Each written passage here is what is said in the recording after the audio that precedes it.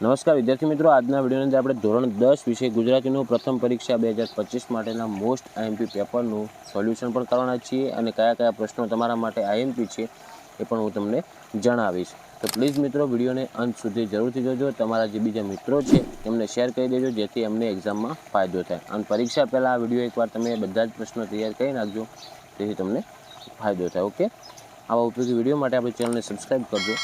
હવે જુઓ મિત્રો, આપણે પહેલાં વિભાગ એમાં તમારે આવશે 4 ગુણમાં જોડકા. તમારે ટોટલ 80 ગુણનું પેપર આવશે. એમાં 4 ગુણના પહેલાં વિભાગ એમાં આવશે જોડકા, જેમાં તમારે ખાસ શું તૈયાર કરવાનું કે જે પાઠના નામ છે અથવા કવિતાના નામ છે એના કેવા પ્રકાર છે, કદાચ પ્રકાર પણ આવી શકે અથવા એમના લેખક કોણ છે એ પણ પૂછાઈ શકે. ઓકે, તો પહેલું આપેલ છે જો ભૂલી ગયા પછી, તો એમના પ્રકાર આપેલા છે કે એ શું છે, એકાંકી છે, તેમાં ક જવાબ આવશે.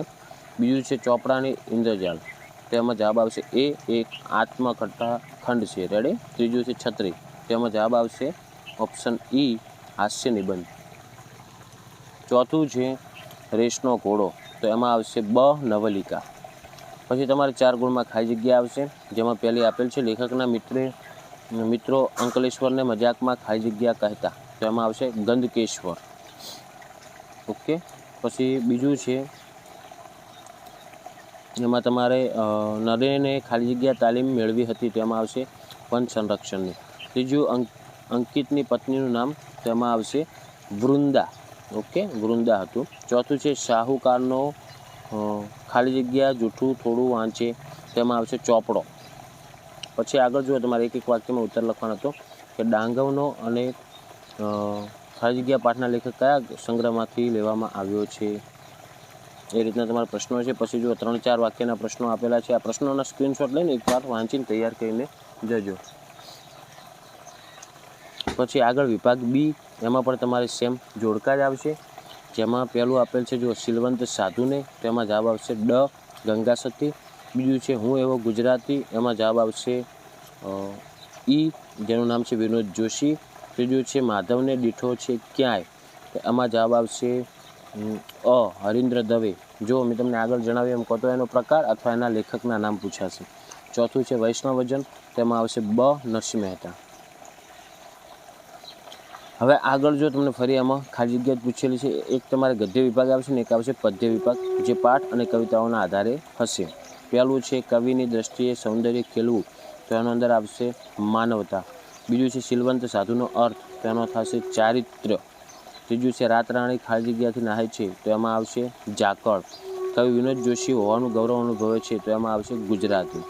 પછી એક વાક્યના, 3-4 વાક્યના અને મુદ્દાસર 10-12 વાક્યના આ બધા જ પ્રશ્નોનો સ્ક્રીનશોટ લઈ લો અને તૈયાર કરીને જજો. આગળ વિભાગ સી આવશે, વ્યાકરણ વિભાગ, જેમાં તમારે સાચી જોડણીની શોધીને લખો. પછી સંધિ છોડો, પછી સંધિ જોડો, આ રીતના પ્રશ્ન આવશે. જેમાં પહેલું જો આશીર્વાદ છે તો એની સાચી જોડી થશે. બીજા નંબરમાં જે ટીક કરેલું છે ખોટું છે, એની આગળ જે છે ને પહેલું આશીર્વાદ એ આવશે એની અંદર, બરાબર. પછી બીજું છે ક્ષિતિજ, તો એમાં આવશે છેલ્લું જે દેખાય કાઉન્સમાં ક્ષિતિજ. પછી બીજું છે સ્વચ્છ, એની શબ્દની સાચી સંધિ છોડવાની છે, તો સુ વત્તા અચ આવશે એમાં. ઓકે, તો એમાં સુ વત્તા અચ આવશે. ત્રીજું છે રાવણ વધ, શબ્દનો સમાસ ઓળખો, તો એમાં આવશે તત્પુરુષ.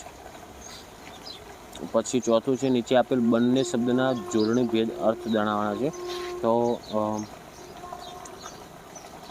એમાં આવશે જુઓ ખાદ્ય છે, એમાં શું થશે ખાદ્ય અને અનાજ આવશે એમાં. રાઈટ, જે ખાદ્યવાળું દેખાય ને એ એનો સાચો જવાબ થશે.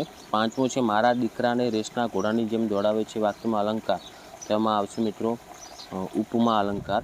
છઠ્ઠું છે સામાજિક શબ્દમાં કયો પ્રત્યય રહેલો છે, તેમાં આવશે પર પ્રત્યય. સાતમું સમાનાર્થી શોધીને લખવાનું હતું ગીરા, તો એનું સમાનાર્થી થશે વાણી.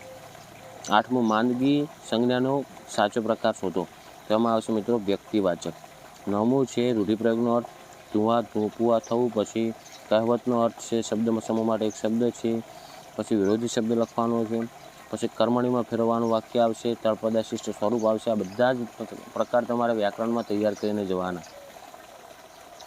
પછી આગળ આવશે મિત્રો ક્રિયા વિશેષણ શોધવાનું, સૂર્ય શબ્દનો ધ્વનિ સ્વર વ્યંજન છૂટા પાડવાનું. પછી પ્રેરક વાક્યમાં રૂપાંતર, પછી સંધિ જોડોનું આવશે અને ભાવે વાક્યમાં રૂપાંતર કરવાનું આવશે. આ બધું જ આવશે તમારે વિભાગ સી વ્યાકરણમાં. ઓકે, આગળ આવશે વિભાગ ડી લેખન વિભાગ, જે આઈએમપી વિભાગ છે. એમાં જુઓ, પહેલાં તમને 2 આપેલા છે, એમાં તમારે જે પંક્તિઓ આપેલ છે ને એનો અર્થ વિસ્તાર કરવાનો રહેશે. પછી તમારે બમાં જુઓ આપેલ છે અહેવાલ લેખન, કમાં આપેલું છે ફકરો છે અને ત્રીજા ભાગમાં સંક્ષિપ્ત કરી અને લખવાનો, અને છેલ્લે આપેલું છે તમને મિત્રો નિબંધ, જેમાંથી જુઓ દીકરી ઘરની દીવડી, પછી બીજો છે ફરી બનવા ચાહું છું પ્રભુ બાળ નાનું, અને ત્રીજો છે વૃક્ષાનું જતન આબાદ વતન. આ 3 નિબંધ એકવાર વાંચીને જજો, 3માંથી પૂછાય તો તમને કામ લાગી જાય. ઓકે મિત્રો, તમારે આવું સેમ પેપર નહીં આવે, પણ આ પ્રશ્નો તમારા માટે વેરી મોસ્ટ એમપી કહેવાય. તો આ પ્રશ્નો એકવાર પરીક્ષા પહેલાં વાંચીને જજો.